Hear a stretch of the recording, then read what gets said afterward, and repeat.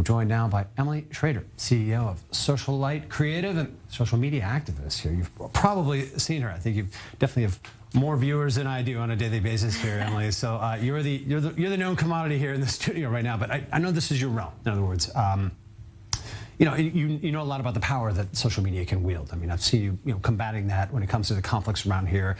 He's right on one level in terms of the power of the social media. But what's your reaction to his suggestion about how to deal with that? Well, I am going to join in the chorus of criticism. I think it's completely uncalled for. I think that the social media platforms themselves have a really important role to play in monitoring content and how they build their algorithms and their own standards, and of course, how they enforce it. That's been an ongoing challenge that I myself have pushed back against. They're not really doing their job when it comes to that, but when it comes to the role of government, that's something else entirely. I'm not in favor of shutdowns for social media. Anything like that I think is super dangerous, and it's also anti-democratic. It's not in line with the values of Israel and the values of free speech. So it's very problematic to hear the police commissioner say this. I think, to quote him a little further along the lines of what you said here, he's closing them down for a limited period, again quoting him, is a necessary step despite democratic norms, as he put it, close quote. So you touched on this democratic norms. I mean, what is there such a thing truly when it comes to social media? Are there norms in place in a way? I know this is an evolving field, as you mentioned, the companies themselves struggling to keep up even technologically with these platforms in many ways. So what are the norms? I mean, what does that mean exactly?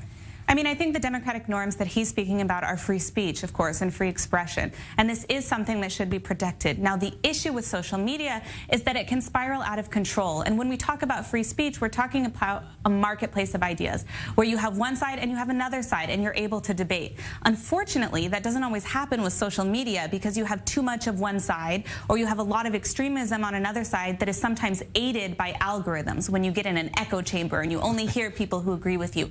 This is the danger of social media. But at the same time, it's still not the role of the police to shut down social media for everyone. It is the role of the police and the Israeli government to work with social media companies and lawmakers to hold them accountable for how they build these algorithms and how they implement them. So shutting down is never the answer, as we can see right now with what's going on in Iran. Yeah. There's been almost a complete shutdown of all social media. It's never a good thing when you have a government that is shutting down social media for civilians. And we see, I mean, to mention some of the repressive places in the world, I mean, I want to mention, first of all, most of the world, it's not free, okay? And most of the world's people don't have free access to these platforms, don't have the access to free speech, the right, as we put it, to free speech. But looking at some of the most repressive places, Iran, China, known to have 6 figures number of people working on censorship at all time, monitoring social networks.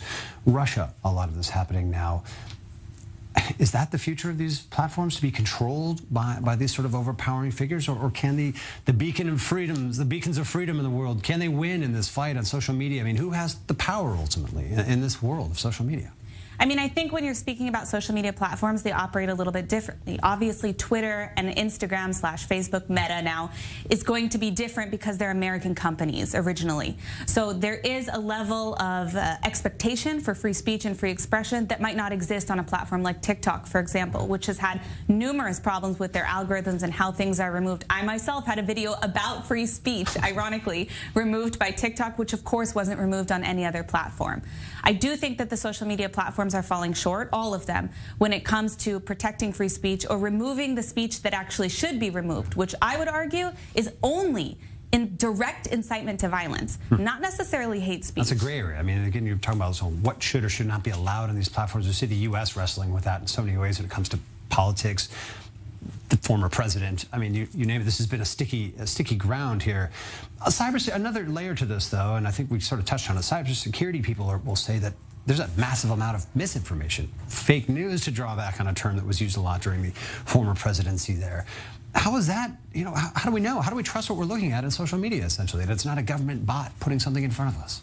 Well, I think there's no way to know in real time whether it's coming from a government agenda, or it's coming from, you know, a genuine source or a journalist. It's very difficult on social media. This is one of the challenges that the platforms themselves need to deal with. I think that they have improved significantly when it comes to incitement to violence and removing that speech or dealing with it appropriately in different countries. But when it comes to misinformation, it's a huge challenge, and it's an ongoing challenge. So on the one hand, I feel for them because this isn't something that's going away.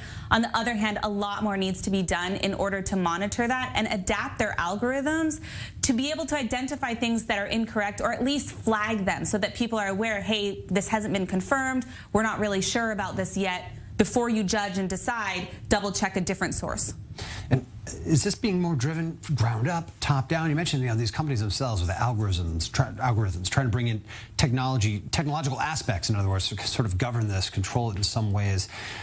Are governments, are the companies themselves truly on top of this, or do you have a sense, you know, being in these mediums a lot, do you have a sense that it's being controlled by the people, by the users themselves? Is it being steered by those people who are contributing, or controlled from the top down? I mean, does it depend? I think it definitely is being, at this point, it's being controlled by the private companies themselves, which is part of the reason that, I mean, last week I was in Washington, D.C. with the Interparliamentary Committee on Combating Anti-Semitism, and that has lawmakers from all over, mostly English-speaking countries, who are working with those platforms to adapt their policies and their algorithms so that they don't reward false information. In this case, That's it's positive. focused on anti-Semitism. So they are working towards improving this issue, but it's an ongoing issue, and it's going to continue to adapt as social media users continue to put out content that unfortunately is hateful in a lot of cases. I'm sure the next conflicts around the corner, as they may be, will again give us a lot of food for thought on this subject here. Emily Schrader, thanks for being with us. An important realm for all of us, whether we know it or not. So thanks. Thanks.